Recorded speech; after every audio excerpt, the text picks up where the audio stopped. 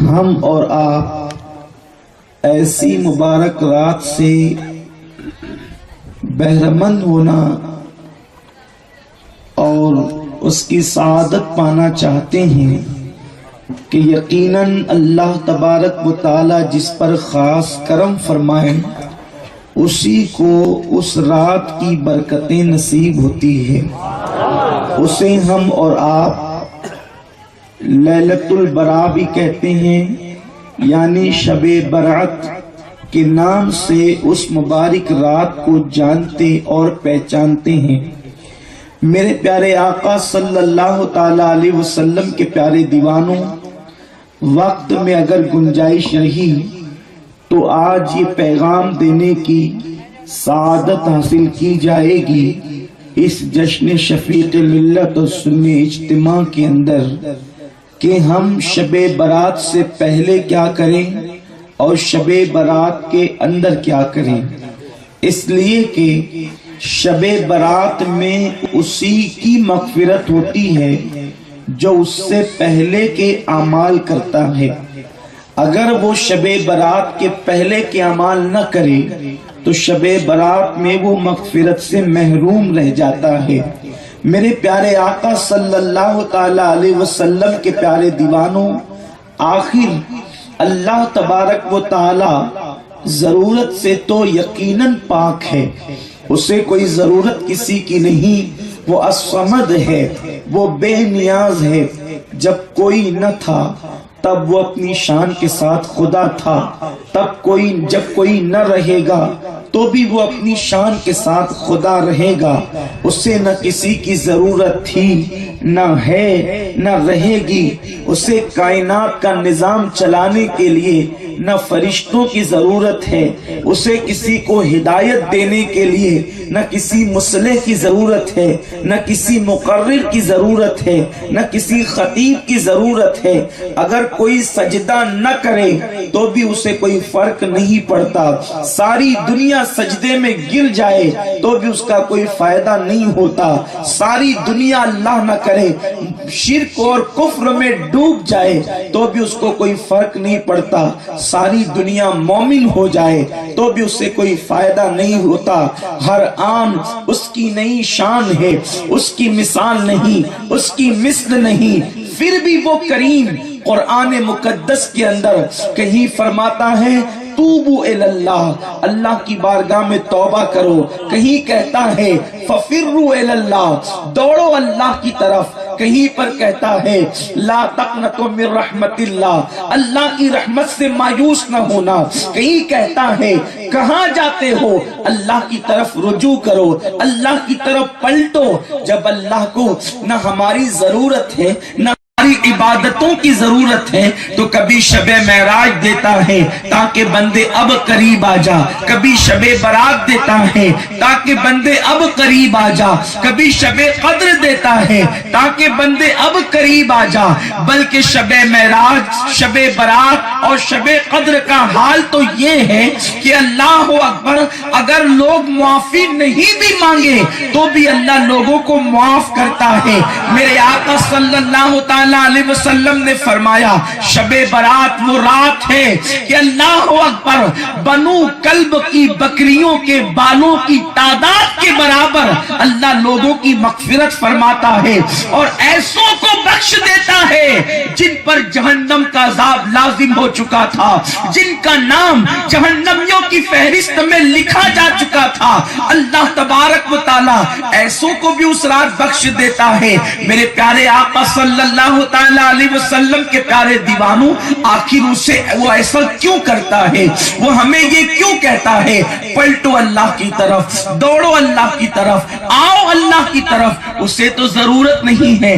دراصل بات یہ ہے کہ وہ جانتا ہے کہ ہم پاپی ہیں، وہ جانتا ہے کہ ہم مجرم ہیں، وہ جانتا ہے کہ ہم گنہگار ہیں، وہ جانتا ہے کہ ہم سیاہکار ہیں اور اسے ضرورت بھی نہیں ہے. اس لیے کہ ایک ماں کے اگر 10 بیٹے ہوں اور ایک ہی بیٹا ماں کو سنبھال لے تو ماں کو 9 کی ضرورت نہیں رہتی. لیکن وہ 9 جو غدار ہیں ان سے بھی ایسا ہی پیار کرتی ہے جیسا ایک وفادار سے پیار کرتی ہے. اسے وفاداری سے اور غداری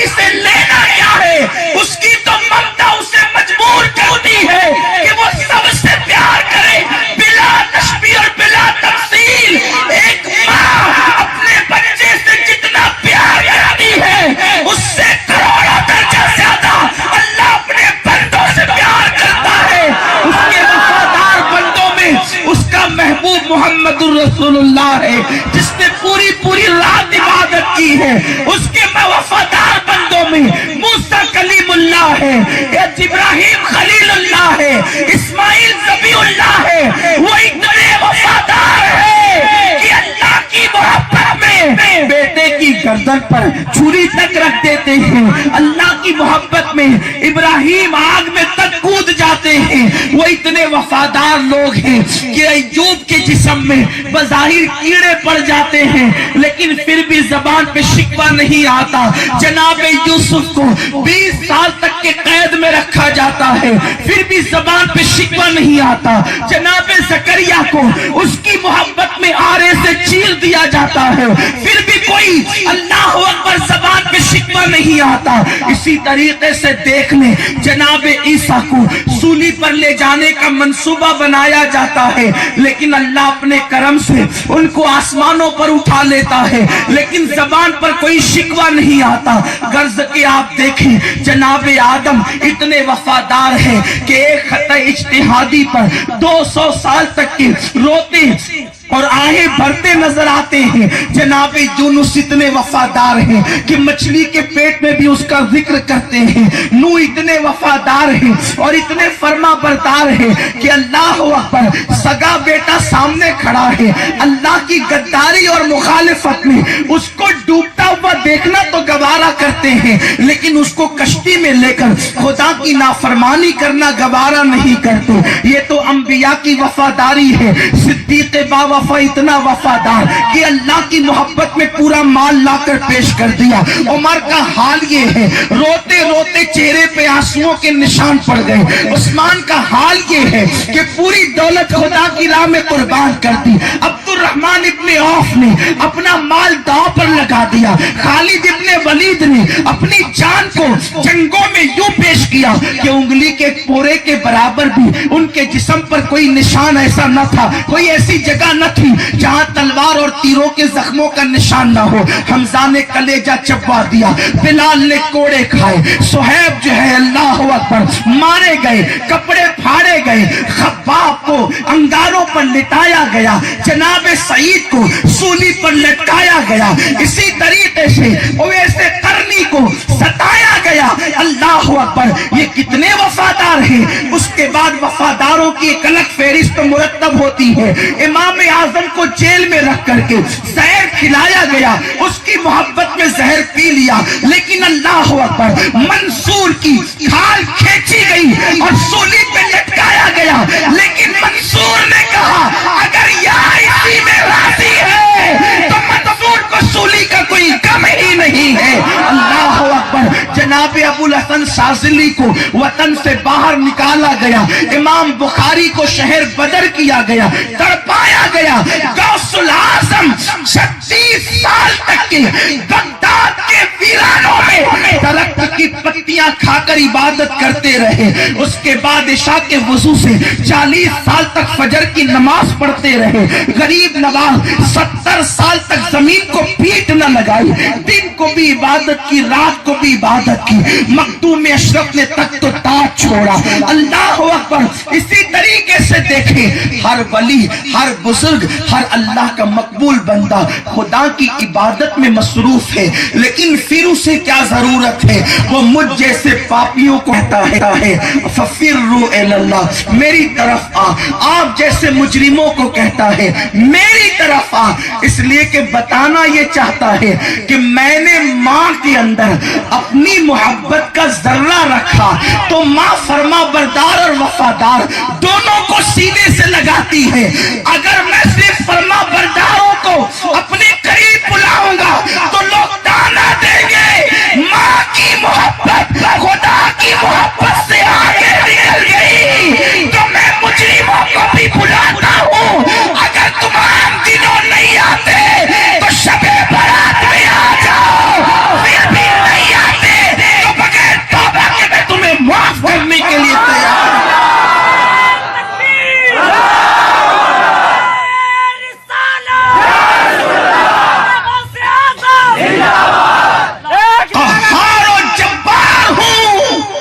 ستار و غفار بھی ہوں، میں تمہاری توبہ کا محتاج نہیں، توبہ کی توفیق دے کر کبھی معاف کرتا ہوں، بغیر توبہ کے معاف کرتا ہوں۔ ایسی راتیں ہی رکھی کہ نہیں آنے والا بھی مسجد میں آتا ہے، نہیں نہانے والا بھی نہاتا ہے، نہیں قرآن پڑھنے والا بھی قرآن اٹھاتا ہے۔ ذرا غور کریں، توفیق بھی وہی دیتا ہے، بلاتا بھی وہی ہے، معاف بھی وہی کرتا ہے۔ وہ توفیق نہ دے تو بڑے بڑے پارسا مسجد نہ جا سکیں، اور وہ توفیق دے تو بڑے بڑے پاپی تہجد گزار بن جائیں۔ اگر وہ شرابیوں کو توفیق دے تو حسن بصری سے پہلے مسجد پہنچ جائے، اور اللہ اکبر وہ توفیق چھین لے تو پھر انسان پارسا سے بڑھ کر پارسا ہو تو اسے مسجد میں آنے کی توفیق نہ ہو، وہ باتیں بناتا رہے۔ تو میرے پیارے آقا علیہ السلام کے پیارے دیوانوں، میرے آقا نے فرمایا بنو کلب کی بکریوں کے بالوں کی تعداد کے برابر۔ یہ بنو کلب کون تھے؟ یہ بنو کلب وہ لوگ تھے کہ ایک ایک آدمی کے پاس اتنی بکریاں تھی کہ 2 پہاڑ کی چوٹیوں کا جو دامن تھا وہ سب ایک ایک آدمی کی ریوڑ سے بھر جاتی تھی۔ اور بنو کلب جو ہے ایک قبیلہ تھا عرب کا، یعنی بکریوں میں وہ سب سے زیادہ مشہور تھا بکریاں پالنے میں۔ تو آقا نے کثرت بتانے کے لیے کہا کہ شب برات میں اللہ اپنے بندوں کو اتنی تعداد میں بخشتا ہے جتنی بنو کلب کی بکریوں کے بال ہیں۔ ارے ایک بکری کا بال گن نہیں سکتے تو ایک ریوڑ کی بکریوں کے بال کیسے گن سکتے ہیں؟ اور جب ایک ریوڑ کی بکریوں کے بال نہیں گن سکتے تو اللہ اکبر وہ بنو کلب کی بکریاں، اللہ اکبر یہ تو اللہ ہی جانے کسے کسے بخشتا ہے۔ بس میں اس رات کے حوالے سے کچھ عرض کرنا چاہتا ہوں، لیکن آقا نے جہاں فرمایا کہ وہ سب کو بخش دیتا ہے، کہنے کا مطلب یہ کہ وہ سب کو بخش دیتا ہے۔ تم نے جو جو پاپ کیے سب کو بخش دیتا ہے، لیکن کچھ ایسے لوگ ہیں جو اس رات بخشے نہیں جاتے، اور جو وہ رات بخشا نہیں گیا پھر وہ کبھی بخشا نہیں جائے گا۔ اس لیے آقا نے ان کی نشاندہی کر دی، آقا نے ان کی علامت بتا دی کہ اگر تم اس جرم میں مبتلا ہو تو اس سے باہر نکل آؤ تاکہ اللہ تمہیں بخش دے، اللہ تمہیں بھی معاف کر دے۔ پہلے نمبر پر جسے اللہ شب برات میں نہیں بخشتا جب تک وہ اس فعل سے توبہ نہ کر لے اور اس سے باہر نہ نکل آئے، اسے کہتے ہیں جادوگر، یعنی دوسروں پہ جادو کرنے والا یا جادو کرانے والا۔ اب یہاں پر تھوڑی دیر میں آپ کی ذہن سازی کرنا چاہتا ہوں اور اپنی بہنوں کو بھی یہ پیغام دینا چاہتا ہوں۔ آج کل ایک مسلمان دوسرے مسلمان کے حوالے سے بہت زیادہ گری ہوئی حرکتوں کا شکار ہے۔ کسی کی عزت دیکھا ہضم نہیں ہوئی، کسی کے پاس مال دیکھا ہضم نہ ہوا، کسی کے پاس خوبصورت عورت دیکھا ہضم نہ ہوا، کسی کے پاس زیادہ بیٹے دیکھے ہضم نہ ہوا۔ تو ایک انسان دوسرے انسان سے جلتا ہے، حسد کرتا ہے، اور پھر جب اس کا قابو نہیں چلتا تو وہ پنڈتوں کے پاس جاتا ہے یا وہ جادوگروں کے پاس جاتا ہے۔ لوگ سوچتے ہیں کہ آج دنیا میں جادوگر نہیں، جادوگر کا مطلب یہ ہے کہ کسی کے خلاف ایسا تعویذ یا گنڈا کرنا یا عمل کرنا کہ وہ مصیبت میں گرفتار ہو جائے، اس کی کا نام جادو ہے، چاہے وہ کسی انداز سے کیا جاتا ہو۔ ہائے وہ قوم نبی کے نام پہ مرنے کی بات کرتے ہو، میرے آقا نے دشمنوں کے لیے ہدایت کی دعا کی اور تم اپنے پڑوسیوں کو ستاتے ہو، اپنے مومن بھائیوں پہ جادو کرتے ہو، لوگوں کی بد دعائیں لیتے ہو، لوگوں کی کو تکلیف پہنچاتے ہو۔ ملتا کیا ہے؟ بھلا کرو برا مت کرو، ورنہ شب قدر میں بھی بخشے نہیں جاؤ گے۔ دنیا سے جاؤ گے تو چہرے بدل دیے جائیں گے، قبر کے اندر صورتیں مسخ کر دی جائے گی۔ اس لیے شب برات آنے والی ہے، اس سے پہلے ایسی کوئی غلطی کی ہے کہ کسی پہ سحر کیا ہے، جادو کیا ہے، تنہائی میں عرض کرو مولا مجھے معاف کر دے، میرے اللہ مجھے معاف کر دے، اس لیے کہ وہ کریم ہے۔ اگر تم نے معافی مانگ لی تو وہ ضرور معاف کرے گا۔ میری بہنوں کو خاص طور پہ کہتا ہوں، یاد رکھو سچی توبہ کرو اور اس کے بعد کوئی ایسا عمل نہ کرنا۔ اس کے بعد میرے آقا فرماتے ہیں دوسرا وہ شخص جو شب برات میں بخشا نہیں جائے گا جو شراب پینے کا عادی ہو۔ شراب پینے کا جو عادی ہو وہ بخشا نہیں جائے. آج میری قوم کے جوان تھک گئے ہیں تو شراب پیتے ہیں. شادی میں ناچنا ہے تو شراب پیتے ہیں. خوشی کا موقع ہے تو شراب پیتے ہیں. غم کا موقع ہے تو شراب پیتے ہیں. شب برات میں بھی ان کی بخشش نہیں اس وقت تک جب تک وہ توبہ نہ کرے. شرابی لوگ اکثر کہتے ہیں باپو کیا کریں, عادت پڑ گئی ہے, چھوڑ نہیں سکتے.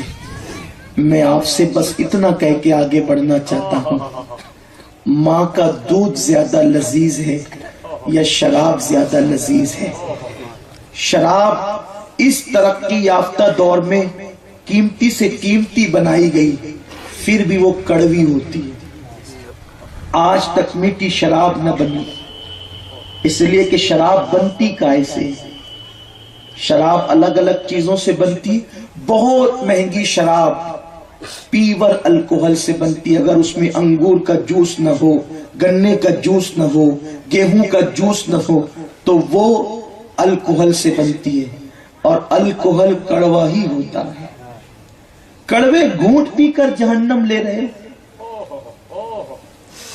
کڑوے گھونٹ پی کر جہنم لے رہے ہو. اور سنو, جتنا ناپاک پیشاب ہے اتنا ہی ناپاک شراب ہے. یعنی پیشاب پینا اور شراب پینا یہ دونوں برابر ہے. شراب کا جتنا قطرہ بدن پر لگے تو جیسے پیشاب کا حکم ہے وہی حکم شراب کا بھی. تو جب شراب کے کڑوے گھونٹ پی کر جہنم لے رہے ہو تو صبر کا میٹھا گھونٹ پی لو. اور سنو, اللہ نے غذا میں ماں کے دودھ سے زیادہ لذیذ کسی چیز کو نہیں بنایا.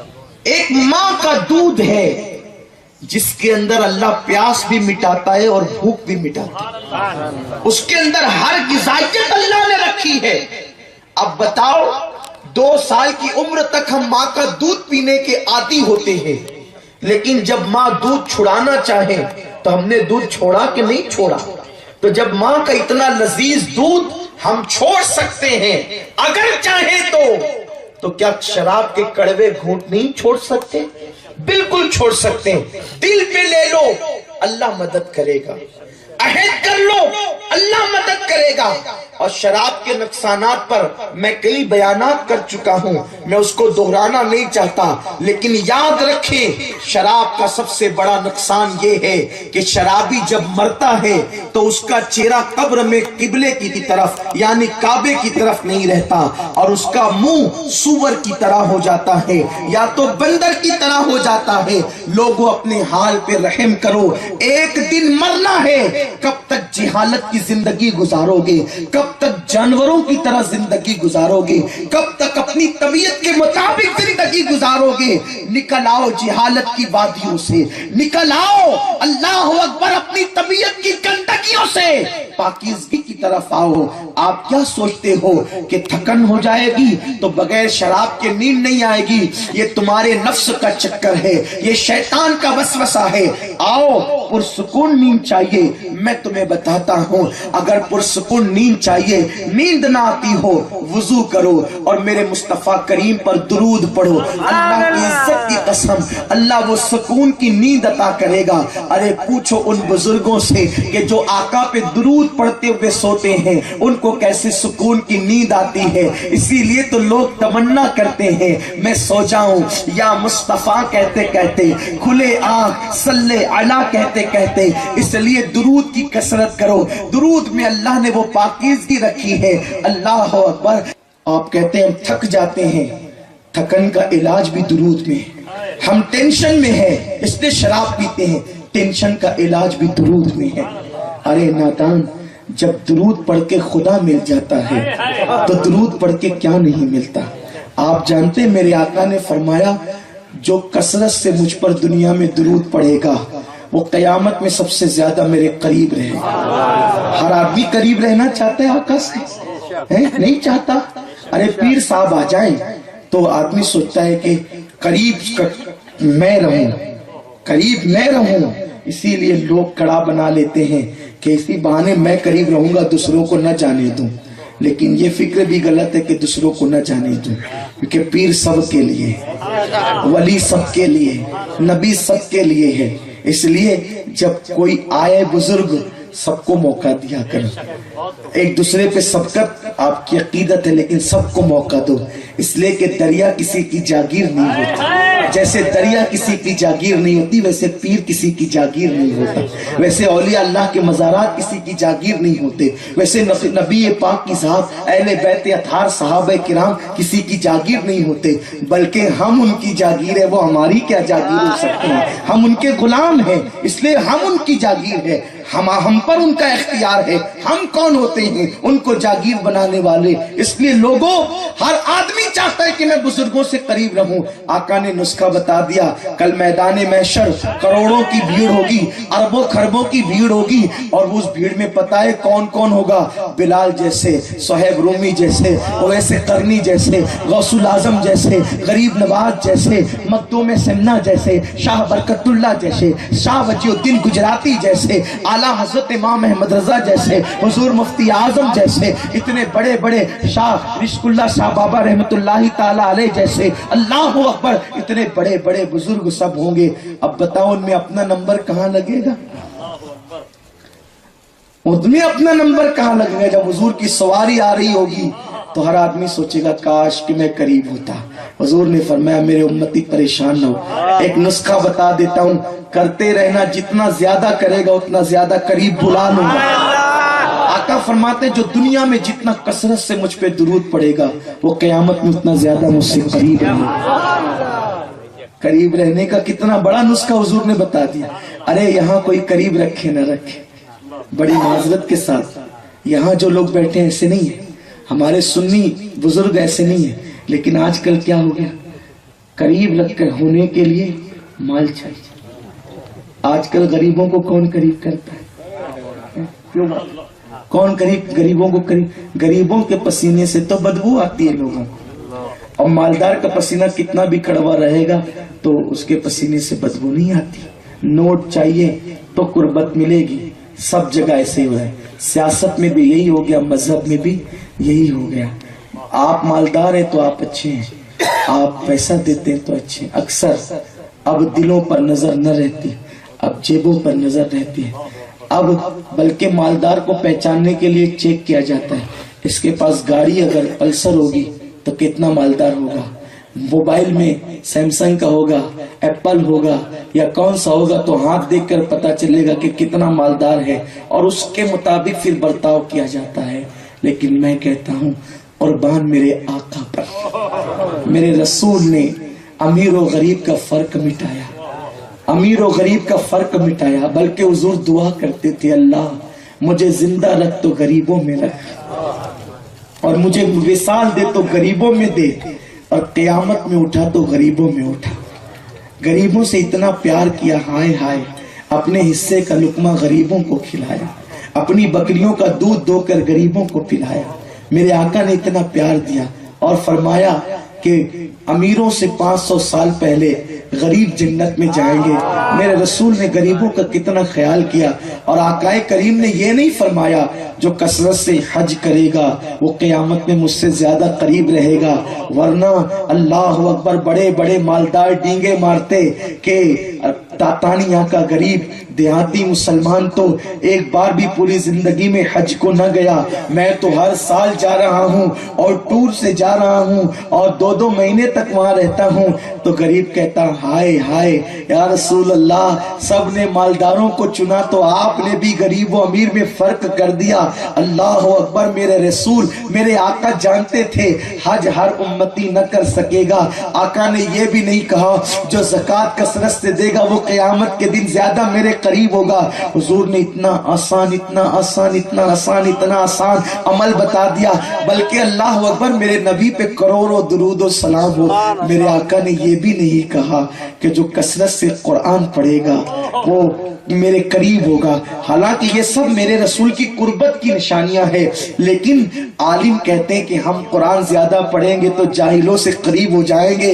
وہ حافظ کہتے ہیں ہم اچھا قرآن پڑھیں گے تو زیادہ. حالانکہ یہ بھی قریب ہونے کا عمل ہے. حضور نے اتنا آسان کر دیا قریب ہونا. مجھ پہ درود پڑھتے جاؤ، قریب ہوتے جاؤ. ارے اتنا آسان عمل ہے کہ 2 سال کا بچہ جس نے ابھی بولنا شروع کیا ہے وہ بھی میرے آقا پہ درود پڑھ سکتا ہے. آقا نے کتنا آسان عمل بتایا. کیوں؟ حضور تم پر آسانی چاہتے ہیں تو لوگوں شراب کی طرف نہ جاؤ. یہ شراب ہلاک اور برباد کرنے والا عمل. شب برات میں شرابی کی بخشش نہیں ہوتی. توبہ کر لو. میرا اللہ معاف کرنے کے لیے تیار ہے. میرا رب معاف کرنے والا. اس نے وعدہ کیا ہے. شب برات دی ہی اس لیے، بلکہ برات کا معنی ہوتا ہے آزاد کرنے. آزادی کی رات ہے. لوگ یوم آزادی مناتے ہیں، ہم شب آزادی مناتے ہیں. یوم آزادی میں ملک آزاد ہوتے ہیں، شب آزادی میں بندے جہنم سے آزاد ہوتے ہیں. اس لیے آؤ اللہ کی بارگاہ میں. اور زندگی کا کوئی بھروسہ نہیں، بلکہ شب برات میں توبہ کر لیا کرو. کیوں؟ اسی رات لکھی جاتی ہے اس سال کتنے مرنے والے ہیں. اس سال کتنے مرنے والے ہیں. اعمال نامہ جو دفتر ہوتا ہے سال بھر کا اسی دن بند ہوتا ہے اور اسی صبح سے شروع ہوتا ہے. تو توبہ کر لو. فائدہ کیا ہوگا؟ سب سے آخری میں ہمارا عمل لکھے گا توبہ. سب سے اخیر میں اپنا عمل ہوگا توبہ. اور سب سے پہلا عمل رجسٹر میں ہوگا توبہ. جس کی ابتدا توبہ سے ہو اور جس کے عمل کی انتہا توبہ سے ہو، کریم اس کو نہ معاف کرے گا تو کس کو معاف کرے گا. اس لیے اس شب برات کھیل کود کر نہیں گزارنا. لوگ سمجھتے ہیں شب برات جاگنے کی رات ہے. جاگنے کی رات ہے، اس لیے وہ رات کو جو ہے وہ کبھی ٹی وی دیکھنے بیٹھیں گے، کبھی موبائل پہ گیم کھیلنے بیٹھیں گے، کبھی دوستوں کے ساتھ بات چیت کرنے بیٹھیں گے. میں تو کہتا ہوں کہ شیطان اس دن انسانوں کی شکل میں آ کے تم کو باتوں میں لگاتا ہے. اتنا قیمتی وقت ہے، چھوڑو سب کو. اس رات بیوی بچے دوست احباب کوئی نہیں. اس رات صرف اللہ ہی اللہ. خوب کثرت سے توبہ کرو، خوب کثرت سے درود پڑھو. ٹارگٹ بنا لو، کم سے کم 1 پارہ تو پڑھوں گا، 1000 مرتبہ درود پڑھوں گا، اتنی رکعتیں نفل پڑھوں گا. یہ سب قبرستان جاؤں گا. قبرستان شب برات حضور کیوں گئے؟ اللہ کے حبیب صلی اللہ علیہ وسلم اس رات قبرستان کیوں گئے؟ اس لیے تاکہ ہم بھی جائیں. اور جب ہم قبرستان جائیں تو چونا لگانے قبروں کو نہ جائیں، پینٹنگ کرنے نہ جائیں. قبرستان جانے کا مطلب یہ ہے کہ وہاں بیٹھیں اور بیٹھ کر کے تھوڑی دیر سوچیں کہ یہ میرا باپ تھا، اس نے تجارت کی، اچھا کیا برا کیا، نرم گدوں پہ سویا، چٹائی پہ سویا، جو کچھ کیا، لیکن ایک دن گھر چھوڑ کر اس کو یہاں آنا پڑا. اور جب موت آ گئی تو کوئی اس کو روک نہ سکا. تو مجھے بھی یہاں ایک دن آنا ہے. تو جب یہ سوچو گے کہ ایک دن آنا ہے تو خود بخود آنکھ سے آنسو آئیں گے. ورنہ ہنستے کھلکھلاتے قبرستان کے ایک گیٹ سے داخل ہوئے، دوسرے گیٹ سے نکل گئے. کچھ تو اتنے کم نصیب ہے کہ جو قبرستان شب برات میں بھی نہیں جاتے. پتہ ہے قبرستان جانے کے فوائد؟ ایک تو دل نرم ہوتا ہے. دوسرا میرے آقا فرماتے ہیں صلی اللہ علیہ وسلم کہ جس قبرستان میں تمہارے رشتہ دار رہتے ہیں، جب تم قبرستان آتے ہو تو وہ تمہارے قدموں کی آہٹ بھی سنتے ہیں. اور جتنی دیر تم ان کے سرہانے بیٹھتے ہو وہ خوشی محسوس کرتے ہیں کہ آج کوئی ہم سے ملنے تو آیا. میرے آقا نے شب برات میں قبرستان جا کر بتایا کہ عید کے دن تو تم زندوں سے ملتے ہو اور شب برات اپنے مردوں سے بھی مل لیا کرو، ان کو فراموش نہ کرو. باپ کے سرہانے جا کے بیٹھو، باپ دعا دے گا. ماں کے سرہانے جا کے بیٹھو، ماں دعا دے گی. اور یاد رکھنا اگر قبر ختم ہو جائے، آپ کو ہڈی بھی نہ ملے تو یہ نہ سمجھنا کہ مٹی میں مل گیا، اپنی نظر کا قصور ہے. اگر وہ مومن تھا وہ قبر میں زندہ ہے. کیوں زندہ ہے؟ کیونکہ آقا فرماتے ہیں قبرستان جب تم جاتے ہو تو تمہارے قدموں کی آہٹ سنتا ہے. قدموں کی آہٹ کون سنے گا؟ جو زندہ ہوگا وہی تو سنے گا. بلکہ مومن تو مومن ہے، کافر بھی زندہ رہتا ہے قبر میں. آپ کہیں گے یہ کیسے بات ہوئی؟ میں کہا بالکل، اس لیے کہ کافر پر عذاب قیامت تک ہونا ہے، کافر پر عذاب قیامت تک ہونا ہے، تو مردے پہ عذاب دے کے فائدہ کیا ہے؟ اگر مردے پر عذاب ہوگا، مردہ کر کے عذاب ہوگا، ارے جس کو بے ہوش کر کے کوڑے مارو اس کو اثر نہیں ہوتا، تو مرنے کے بعد اگر عذاب ہوگا موت کی حالت میں، تو پھر لوگ تو کہیں گے بہت اچھی ہے کہ زندگی میں جو چاہو کرو اور مردے جسم پہ عذاب ہوتا ہے۔ تو جب قبر میں ڈالا جاتا ہے کافر کو یا مومن کو، تو اللہ تعالیٰ اس کی روح اس کے جسم میں لوٹا دیتا ہے۔ کیوں؟ مومن کو جنت کے مزے لینے کے لیے اور کافر کو عذاب بھگتنے کے لیے۔ تو جب کافر زندہ ہے لیکن ہماری آنکھوں کا قصور ہے کہ وہ نظر نہیں آتا، تو نادانوں مرنے کے بعد جب عذاب بھگتنے کے لیے کافر زندہ ہے تو مومن کا کیا قصور ہے کہ وہ مر کر مٹی میں مل جائے؟ البتہ کبھی وہ نظر آتا ہے، کبھی نظر نہیں آتا، کبھی ہمیں ہڈیاں نظر آتی ہیں، ہماری آزمائش ہے، لیکن ہم جانتے ہیں کیونکہ آقا نے فرمایا قبرستان جاؤ تو سلام کرو، اور کس طرح کرو؟ السلام علیکم یا اہل القبور، اے قبر والو تم پر سلام ہو۔ کیا کہا میرے آقا کی حدیث ہے؟ السلام علیکم یا اہل القبور، اے قبر والو تم پہ سلام ہو۔ ارے یا کہہ کر جب عام مردوں کو سلام کر سکتے ہیں تو یا کہہ کر یا نبی سلام علیکہ نہیں پڑھ سکتے؟ یہ کہاں کا فلسفہ لگا کہ حضور کو یا مت کہو کیونکہ وہ تو مدینے میں ہے؟ ارے تیرا باپ قبر میں ہے، تیرا دادا قبر میں ہے، تیری ماں قبر میں ہے، اور وہ کون لوگ ہیں؟ کیا حضور کے برابر نیک ہے؟ استغفر اللہ۔ صحابہ کے برابر نیک ہے، ولیوں کے برابر نیک ہے۔ ارے باپ نے تو نمازیں بھی چھوڑی پھر بھی وہ تیری آواز سن رہا ہے، تو نماز لانے والا مصطفیٰ کیوں نہیں سن سکتا؟ عقیدہ اپنا مضبوط کرو، ضرورت ہے عقیدہ مضبوط کرنے کی۔ تو عرض یہ کر رہا تھا، شراب کی طرف نہ جانا، اس رات توبہ کرنا۔ گفتگو سمیٹوں اپنی، اس کے بعد میرے آقا صلی اللہ علیہ وآلہ وسلم فرماتے ہیں تیسرا وہ شخص جس کو شب برات میں معاف نہیں کیا جاتا، جو رشتہ داریوں کو کاٹتا ہے، رشتہ داریوں کو کاٹتا ہے۔ بس اس پہ گفتگو کر کے اپنی گفتگو سمیٹنے کی کوشش کروں گا۔ یہ بات سب دل کے کانوں سے سنو۔ چھوٹی سی بات ہوئی، کوئی بندہ شادی کر رہا ہے برادری میں اور وہ کسی وجہ سے الجھن سے کارڈ دینا بھول گیا، تو اب پوری زندگی اس سے بات چیت نہیں ہوگی۔ چھوٹے چھوٹے معاملات ہو گئے، کوئی انبن ہو گئی، ایک بھائی دوسرے بھائی کو کہتے ہیں آج سے تیرا میرا رشتہ ختم۔ اللہ نے رشتے ختم کرنے کے لیے نہیں بنائے، بلکہ میرے آقا فرماتے ہیں رشتے جو ہے نا، رشتے وہ عرش پہ لٹکے ہوئے ہیں۔ یہ رشتے کوئی چھوٹی موٹی چیز نہیں ہے، یہ رشتے داریاں اللہ کے عرش پہ لٹکی ہوئی ہے، اور وہ دعا کرتے ہیں اللہ جو ہمیں جوڑے تو اسے اپنی رحمت سے جوڑ، جو ہمیں جوڑے تو اسے اپنی رحمت سے جوڑ، اور جو ہمیں توڑ دے تو اسے اپنی رحمت سے دور کر دے۔ آپ عالم ہیں، آپ حافظ ہیں، آپ امام ہیں، آپ مفتی ہیں، آپ پیر ہیں، آپ وکیل ہیں، آپ ڈاکٹر ہیں، آپ انجینئر ہیں، آپ تہجد گزار ہیں، آپ سال بھر روزہ رکھنے والے ہیں، لیکن اگر آپ رشتوں کا خیال نہیں کرتے تو آپ کچھ نہیں ہیں۔ اس لیے کہ آقا کریم فرماتے ہیں جس نے رشتوں کو توڑا اس نے وستورے سے جیسے سر کے بال مونتے ہیں نا تو سر کے بال نکل جاتے ہیں، تو رشتے وستورہ ہے ایمان کے لیے۔ جس نے رشتے توڑا اس نے گویا کہ جیسے وستورہ بالوں کو لگاؤ تو بال نکل جاتے ہیں، ویسے رشتے توڑنے سے ایمان نکل جاتا ہے۔ اس لیے رشتے داروں کا خیال کرو، بلکہ میرے آقا فرماتے ہیں جو تمہیں محروم کرے تم اس کو عطا کرو، جو تم سے دور بھاگے تم اس کے قریب جاؤ، رشتے نہ توڑو۔ اگر وہ تمہارا بھائی کتنا بھی بڑا جرم کرتا ہے، تم بڑے ہو، لوگ کہتے میں بڑا ہوں میں کیوں معافی مانگوں گا؟ ارے نادان، بڑے اور چھوٹے کی کیا بات ہے؟ میرے آقا علیہ السلام فرماتے ہیں کسی میں انبن ہو جائے اور جو بات چیت کرنے میں پہل کرے اللہ اس کو پہلے جنت میں داخل کرے۔ بڑے ہو کر بھی جاؤ، اگر اللہ نے تم کو توفیق دی تم جاؤ، اللہ تم پہ رحم کرے گا۔ آقا نے فرمایا معافی مانگنے سے کوئی چھوٹا نہیں ہوتا۔ سرکار فرماتے معافی مانگنے سے کوئی نہیں ہوتا، کوئی ذلیل نہیں ہوتا. معافی مانگنے والوں کو اللہ عزت عطا کرتا ہے, اور میرے آقا نے کہہ دیا کہ عزت عطا کرتا ہے تو عزت مل کر رہے گی, کیونکہ عزت مصطفیٰ کریم کے صدقے میں ملتی ہے.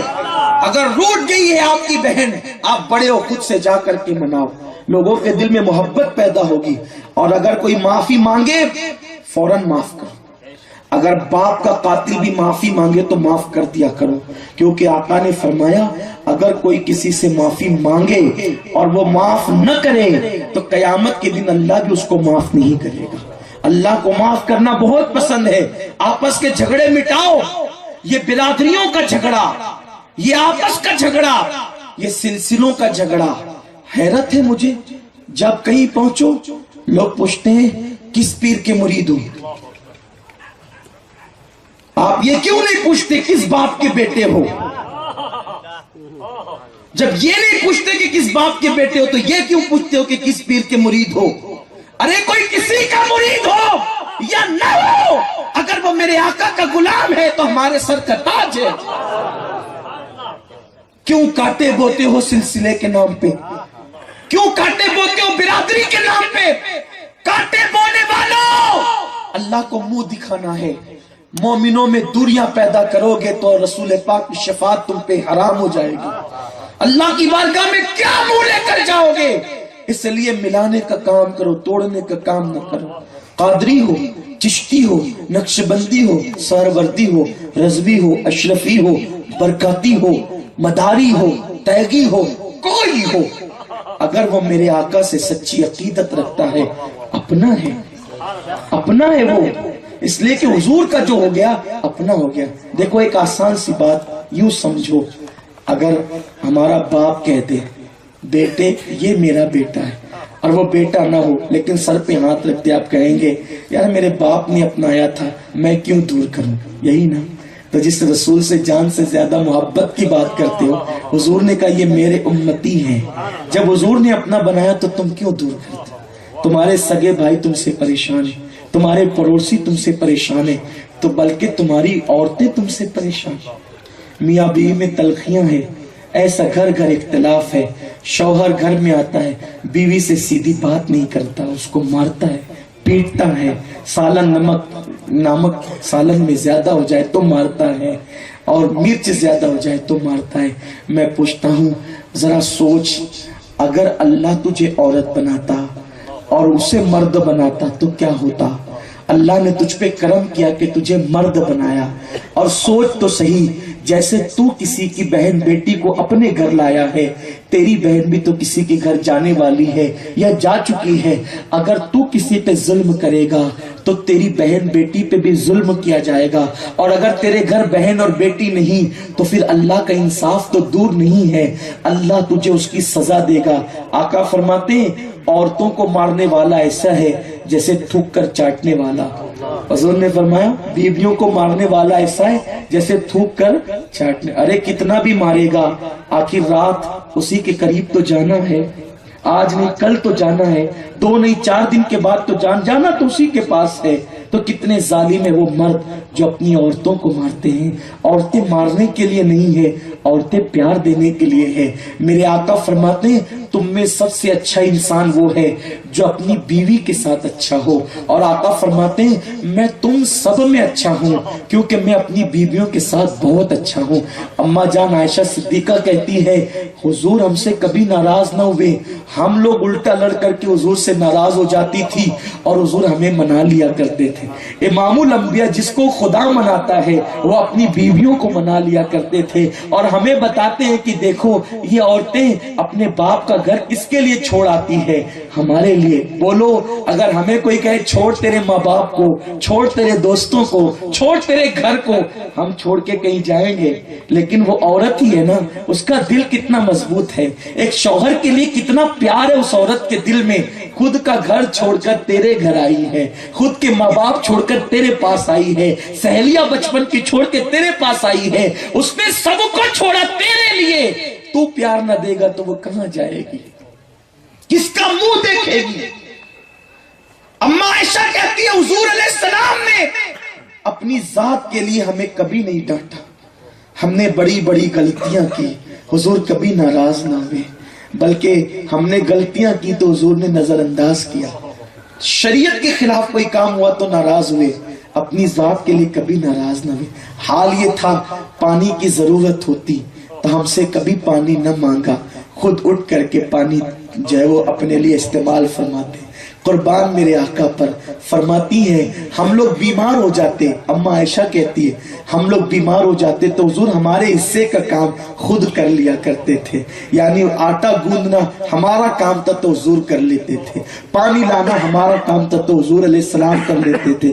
آج کل تو مرد کا مطلب خان بہادر، وقت کا بڑا بادشاہ گھر میں آ کے موچوں کو تاؤ نہ دے تو یہ مرد نہ کہلائے، یہ مردانگی نہیں ہے۔ کسی صنف نازک سے ٹکرانا بھی مردانگی ہے، ارے مردانگی تو یہ ہے کہ صنف نازک غلطی کرے اور تو غصے کو پی جائے، یہ مردانگی ہے۔ بیوی کو تم پیار نہ دو گے تو کون دے گا؟ پیار دو انہیں، ورنہ ایک بات یاد رکھنا، اگر تم نے پیار نہ دیا تو پھر وہ کسی اور کو ڈھونڈے گی پیار کے لیے، اس لیے کہ جیسے پیاسا انسان پانی کو ڈھونڈتا ہے ویسے محبت سے محروم انسان کسی پیار دینے والے کو ڈھونڈتا ہے۔